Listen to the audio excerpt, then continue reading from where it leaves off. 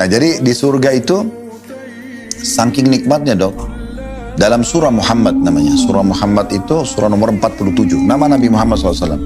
Di ayat 15-nya Allah menyebutkan tentang adanya di surga itu lautan. Dari 4. Ada laut yang berisikan air tawar yang manis. Air tawar yang manis. Ya. Biasanya kan air tawar itu tidak manis. Tapi ini terasa manis gitu. Kemudian madu yang telah tersaring. Tapi lautan ya. Susu yang tidak pernah basi, dan minuman anggur yang tidak memabukkan. Dari 4 lautan besar ini, itu mengalir ke semua istana ahli surga. Masing-masing istana punya sungai-sungai. Dan uniknya dalam hadis, ya, buku tadi yang saya bilang sama dokter itu, yang saya akan kasih, nanti dokter bisa baca salah satu babnya itu air atau minuman-minuman ini, itu tidak menyentuh tanah surga. Dia mengapung. Dan setiap kali orang mau minum, dia tidak akan berkurang. Misalnya kita pengen nih, nggak habis-habis pokoknya. Nggak habis-habis. Kita pengen susu, udah. Nanti gelasnya ke tempat susu itu datang kepada kita sendiri, kita tinggal minum. Benar-benar sangat dimanjakan.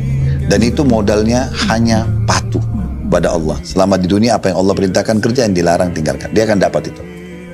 Nah, jadi fasilitasnya sangat luar biasa. Dan saking nikmatnya istana ahli surga, sampai kata Nabi SAW, seseorang ahli surga nanti kalau duduk di salah satu sudut dari taman istananya, dia melihat ke satu sudut, dia tidak pindahkan matanya selama 70 tahun. Karena nikmatnya. Dia nanti kalau pindah ke sudut yang lainnya, sisi yang lain, dia pindah bukan karena jenuh. Karena masih banyak yang lain yang belum dilihat sama dia. Buah-buahan surga itu, dia akan selalu ada. Setiap dipetik, dia keluar. Tidak tunggu musim. Seindah itu ya? Ya, dan setiap kali kita mau, buah itu mendekat dengan sendiri. Rantingnya mendekat sampai semudah-mudahnya dipetik. Jadi kita tinggal pegang, terpetik. Lalu tumbuh buah baru.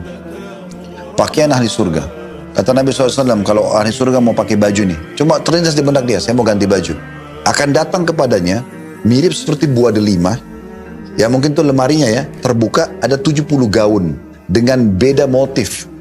Dia tinggal pengen gaun yang ketiga, terpakai di badannya. Tertutup lagi, kemudian pergi. Kalau dia misalnya 2 menit, 3 menit kemudian dia lagi mau ganti baju, datang lagi, sudah terganti 70 gaun yang berbeda, warna yang berbeda. Begitu seterusnya.